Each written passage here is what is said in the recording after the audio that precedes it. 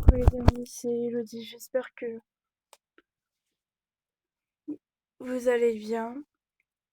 Moi, ça va à peu près, on va dire ça comme ça. Je vous dis ça parce que pendant 2 semaines, j'ai fait un stage en IMPRO.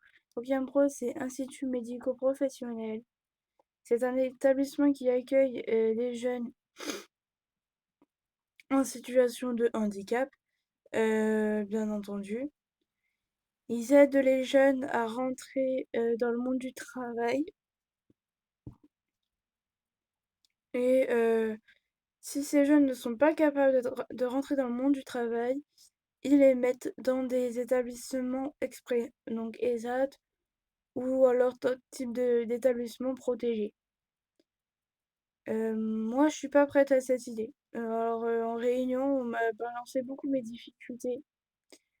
On m'a dit sur mes difficultés euh, que je n'arrivais pas à rester concentrée plus de 20 minutes. Vous vous rendez compte, plus de 20 minutes, je n'arrive pas à rester concentrée sur quelque chose. Vous allez me mettre sur une tâche, je vais pas réussir à être concentrée plus de 20 minutes. Voilà. Il y a des moments où je vais me distraire, il y a des moments où je vais partir dans mes pensées, ou alors il y a des moments, bah hop, je vais trouver un autre truc à faire au lieu de faire ce que je devais faire à la base. Donc ça a été très compliqué pour moi à gérer ce moment-là. J'ai eu des problèmes d'organisation, parfois au niveau de l'organisation. Bah, souvent dans mon travail, j'étais pas organisée. Sur mes plans de travail, par exemple, comment par exemple, comment commencer du plus propre au plus sale, ou alors l'inverse. Souvent sur ça, c'était très compliqué. Ou alors, par exemple, avant que j'aille en réunion d'essai, on devait nettoyer l'appartement. Donc, en fait, j'ai été en appartement pendant 2 semaines avec des colocataires qui ont été très gentils avec moi. D'ailleurs, gros bisous à elles, j'espère qu'elles vont bien. Euh, Elles m'ont accueilli dans cet appartement et il fallait le nettoyer, bien sûr. Donc, chacun devait avoir une pièce précise à nettoyer, donc avec un protocole bien entendu à respecter. Donc ça m'a beaucoup plu, parce que je me suis dit, c'est à peu près ce que je fais aussi en entretien des locaux. Alors, sachant que le ménage, je vous rappelle que ça ne me plaît pas, d'accord? Hein, on est d'accord là-dessus. Mais le fait de voir que ben, les gens respectent les protocoles et que ils font un petit peu attention aussi, les éduquent à ce que les jeunes nettoient bien, donc ça, au niveau de la propreté, on est d'accord que la propreté, c'est très important pour notre hygiène, pour notre santé, pour tout. Ça, c'est très important. Et puis, si on vit dans un appartement où c'est très sale, bah, franchement, ça va nous pourrir le quotidien plus qu'autre chose. Et on va pas se sentir bien. Alors que si c'est nettoyé, c'est le contraire. Par exemple, ben, moi, on me demandait de nettoyer la cuisine. Alors, bien sûr, bien évidemment, j'ai mis un peu de musique. Mais j'étais concentrée quelques minutes. Mais au bout de 20 minutes, je me déconcentrais très facilement. Dès qu'il y avait quelqu'un d'autre dans la pièce, bah, j'allais tout de suite parler avec. Quand c'était un autre jeune, bien entendu. Mais quand c'était l'éducatrice, elle me disait non, reste concentré, machin. J'arrivais pas à rester concentrée et j'étais trop lente aussi. J'ai un problème de lenteur. Voilà. Mais ça, le problème de lenteur, ça fait partie de mon handicap. Et je sais que j'ai un problème de lenteur. Mais je pense que sur cette lenteur-là, je vais pouvoir y arriver. Donc, on m'a balancé ça, on m'a dit aussi que parfois j'écoutais. Alors, parfois j'écoutais la consigne, mais j'écoutais pas jusqu'au bout. Donc, on me disait le début de la consigne, mais j'écoutais pas la suite. Donc, du coup, ce qui fait, c'est que bah, des fois, soit je comprenais pas le travail qu'il y avait à faire, donc je dois redemander à chaque fois. Ouais, bah, j'ai pas compris, peux-tu me réexpliquer, s'il te plaît? Bon, ça, c'est quand même un point positif parce que quand j'y arrivais pas, ou quand j'avais une question à poser, je la posais et puis basta, quoi. Et je faisais quand même le travail qu'on me demandait. Donc, voilà, donc souvent, on m'a dit que ça pourrait être compliqué pour mon apprentissage à l'IM Pro. Euh, que parfois aussi, on m'a dit que je me mettais en valeur. En gros, ouais, je sais faire ci, je sais faire ça. Alors qu'au bout d'un moment, bah, finalement, je me suis rendu compte qu'à la fin, bah, j'y arrivais pas, quoi. c'est comme pour éplucher. Je dis: «Ouais, bah, je sais éplucher des oignons», alors que finalement, bah, des fois, j'avais des petites difficultés, comment tenir bien le couteau, tout ça. Donc ça, ils m'ont beaucoup reproché. Et que vu que je me mettais trop en valeur, des fois, on me disait: «Ouais, je sais faire ci, je sais faire ça», et tout, bah, des fois, ça pouvait compliquer, bah, du coup, les jeunes se sentaient gênés. Moi, j'ai pas eu cette impression-là, mais apparemment, c'est eux qui ont eu l'impression. Alors, si c'est vrai, je sais pas.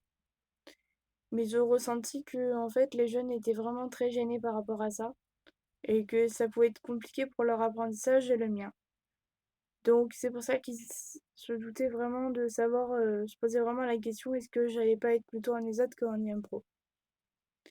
Donc, moi, je suis pas prête du tout à cette idée. J'ai pas du tout envie de vivre une expérience dans un ESAT enfermé, pas beaucoup de liberté. Moi, j'ai envie de liberté, j'ai envie qu'on me laisse tranquille, faire ce que j'ai à faire. J'ai pas envie toujours. Alors, ok, peut-être des fois quelqu'un serait derrière pour m'aider, tout ça, mais pas à être tout le temps vraiment enfermé et pas voir le monde extérieur, quoi. Donc, ça, vraiment, ça m'a beaucoup fait mal d'entendre ça. Donc, ce que je leur ai dit en réunion, c'est que je leur ai dit que bah, on pourrait essayer pendant 6 mois et que bah, au bout de 6 mois, si ça se passe vraiment bien et que bah, vous voyez que je fais des efforts, tout ça, bah, je pense que ça pourrait être bien. Donc, c'est ce qu'ils m'ont proposé eux aussi. Donc ils m'ont dit on va te prendre pour 6 mois, mais c'est te réjouis pas trop parce que c'est pas sûr pour le moment. Parce que on se pose vraiment la question de si on va pouvoir t'aider, parce que souvent la psychologue elle était pas là. Donc il y avait l'absence de la psychologue, donc c'était un peu compliqué pour eux de voir cette question-là. Donc ils avaient vraiment besoin de l'aide de la psychologue pour vraiment décider de la décision. Donc j'espère que la prochaine fois que je vais aller là-bas, ben, j'espère que la psychologue elle sera là. Parce que sinon, bah, ça va être énervant pour tout le monde et on va pas savoir comment gérer cette situation. Ils m'ont dit qu'aussi, je parlais beaucoup trop, parfois. Même des fois, au niveau de l'intonation de la voix, je parlais trop fort, parfois. Alors ça, c'était pas tout le temps que je parlais fort, hein. Il y a des moments, je vais vous parler doucement. Et il y a des moments, ben, je vais parler fort sans comprendre vraiment pourquoi, en fait. Même moi, qui suis dans mon propre cœur et Dans ma, dans ma tête, je sais pas en fait ce qui se passe en fait. Pourquoi je parle fort? Je sais pas. Ça, on me l'a souvent reproché et j'ai jamais su pourquoi j'étais comme ça. Jamais. Donc ils m'ont dit, bah t'inquiète pas, là-dessus on va t'observer et on va voir à quel moment tu parles fort. Comme ça, on va voir ce qui te bloque. Donc le fait d'entendre ça, qu'ils vont m'aider là-dessus, franchement, ça par contre, ça m'a plu. Mais le fait de me dire que s'ils savent pas vraiment comment m'aider et tout ça, ça devient un peu compliqué parce que du coup c'est un IM Pro et je trouve ça bizarre qu'ils disent ça parce que franchement pourtant c'est des gens qui ont beaucoup d'expérience, qui ont eu des formations spécifiques pour des personnes en situation de handicap, donc je trouvais ça un peu bizarre dans leur façon de faire, mais bon, c'est pas grave. Euh, il fallait aussi que je fasse beaucoup attention à ne pas trop couper la parole. Souvent je coupais la parole même pendant les ateliers qu'ils me proposaient. Alors faut savoir que là-bas l'IM Pro, c'est pas comme dans un lycée en fait. C'est pas comme un EREA ou machin ou un lycée normal. Non, non, pas du tout. Là, c'est vraiment des ateliers. Je peux même vous expliquer un atelier par exemple. L'atelier, par exemple, je vais vous citer un atelier que j'ai quand même bien apprécié, même si c'était compliqué de le refaire à chaque fois. Mais ça s'appelle prévention citoyenneté. Alors qu'est-ce que pour vous ça veut dire? Ben en fait, prévention, c'est prévenir sur quelque chose, dire attention, bah, il y a des dangers. Attention, t'es en couple, bah, prends un préservatif. Je sais que ça va vous faire rire, vous allez rigoler, mais c'est des choses importantes de la vie, c'est normal qu'ils balancent ça, c'est normal. Moi, je trouve qu'il y a aucune gêne dans ce qu'ils disent, hein, vraiment, il y a aucune gêne. Ah oui, ça nous a fait rire avec une autre jeune, mais franchement, après, on se dit, ben non, c'est normal. La citoyenneté, ben c'est quoi, à votre avis, quelqu'un de citoyen? Ben, quelqu'un de citoyen, c'est celui qui vit en France, il a des droits et des devoirs, et enfin, il a une nationalité, il a des papiers, il a beaucoup de choses. Sur la prévention citoyenneté, on a discuté, bah, de ce que c'était, donc de cet atelier, de quoi ça parlait et on a parlé surtout de prévention. Alors, dans la prévention, on parle de d'addiction, imaginer une situation de danger. Donc l'éducatrice, elle nous a donné un exemple, quand elle était à une fête avec des amis, une jeune avait trop picolé et s'était retrouvée, enfermée dans les toilettes à vomir et elle aurait pu mourir dans son propre vomi. Vous vous rendez compte? Et personne s'était rendu compte que cette personne était dans les toilettes.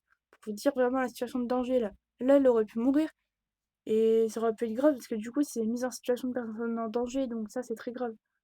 Donc bien sûr, bah, l'éduc, c'était la seule à ne pas picoler, donc c'était elle qui était la responsable de... Enfin, elle était pas responsable de ce qui s'était passé, mais bah en fait, à chaque fois que tu vas à une fête, il faut toujours désigner quelqu'un qui ne boit pas et au moins qui pourra être conscient et du danger, savoir ce qui se passe et tout, faire attention à tout le monde. Et donc du coup, bah, ce qu'elle a fait, c'est qu'elle est allée aux toilettes et heureusement qu'elle a trouvé quelqu'un qui était beaucoup plus grand parce que en haut, bah, il n'y avait pas du tout de mur, il n'y avait rien. Donc il pouvait passer par-dessus la porte et ouvrir la porte et appeler après faire les premiers gestes de secours et appeler les secours. Donc ça, c'est quelque chose de très important. On nous a expliqué comment faire quand une personne fait un malaise, les bons gestes à avoir et on a parlé beaucoup des numéros d'urgence. Donc tiens, comme ça, je vais vous faire un petit récapitulatif. D'ailleurs, des numéros d'urgence. Donc on a le 18 qui est les pompiers, le 17 qui est la police, et le 15 c'est le SAMU pour avoir un avis médical. Est-ce que cette personne prend un traitement? Tout ça. Ça, c'est des questions à poser. Ensuite, on a des numéros d'urgence, alors que moi, je ne connaissais pas du tout. Enfant sans danger, ça, c'est quand on a vraiment un enfant. Par exemple, vous êtes euh, locataire d'un appartement et vous entendez à côté, par exemple, un enfant qui crie et des parents qui crient sur l'enfant ou qui le frappent. Ben, ce numéro-là peut être important. Ou alors, ça peut être de l'harcèlement, ça peut être plein de choses. Et ben, c'est le 119, enfant sans danger. Donc, en même temps, je vous laisse prendre des notes. Allez-y. Enfant sans danger, 119. Après, on a le 39 19. Ça, c'est femme en danger. C'est par exemple une femme est harcelée dans la rue où il y a eu du viol sur cette femme. Et ben, vous appelez le 30 19, femme en danger. 30 19, femme en danger. Ensuite, vous avez le 39 77, maltraitance pour personnes âgées ou personnes en situation de handicap. Donc, les personnes en situation de handicap, vous voyez bien que c'est nous. Alors là, on parle surtout des adultes, hein. Mais après, bon, je sais pas si les enfants peuvent être concernés, mais je pense que c'est plus vraiment les adultes et les personnes âgées. Donc ça, très important. On a parlé aussi dans le danger, on a parlé beaucoup de l'harcèlement. Et à ce moment-là, on avait regardé aussi les violences conjugales chez les ados. Donc en gros, le harcèlement sexuel, toutes ces conneries. Donc, donc ce documentaire-là parlait des témoins de 9 jeunes femmes et il parlait aussi d'une association qui s'appelle commonsaime.fr. C'est donc comme on s'aime, donc majuscule O deuxième E, pas d'espace, collé ON, collé SAIME.fr. Donc ça, c'est une association où on peut chatter par exemple sur Internet, parler avec des professionnels, par exemple vous avez un problème de couple ou un problème d'amitié, ben voilà. Vous pouvez leur poser tout type de questions, ils sont à votre écoute. Donc ce centre-là est ouvert, je crois, si je me trompe pas, c'est 24 heures sur 24. Euh, donc voilà, toutes ces choses-là sont très importantes à savoir. Bah, voilà, mais pour vous dire que en fait, c'est plus des ateliers comme, voilà, la prévention citoyenneté. Après, on a aussi, la, communication positive. Alors là, on apprend à communiquer sans être violent, en fait. Donc c'est un peu comme le je sais pas si vous connaissez l'activité, Prodas, par exemple. Mais Prodas, c'est un petit peu ça aussi, on apprend à communiquer nos émotions, à reconnaître les émotions, reconnaître nos besoins. Ce qu'on peut avoir besoin pour, si on ressent une émotion, par exemple la colère, qu'est-ce qu'on peut avoir besoin pour gérer sa colère? Voilà, c'est tout type de choses comme ça. Donc c'est vraiment, voilà, c'est plus vraiment des ateliers. Après, on a les ateliers professionnels, hein, bien sûr, donc il y a restauration, atelier du bâtiment. On a eu aussi, espace vert, heu, blanchisserie, je sais pas si je l'ai dit. Ah si, je l'ai dit, et restauration. Voilà. Moi, celui que j'ai le plus vraiment aimé, que j'ai vraiment apprécié, c'est la restauration. Alors, pour tout vous dire, ma mère, elle adore cuisiner, c'est un petit peu elle aussi qui me l'a transmis. Donc, je pense dans la famille, il y en a aussi pas mal qui m'ont transmis la restauration. Donc voilà, c'est vraiment des choses que j'aime beaucoup. J'ai même appris que un de mes cousins est chef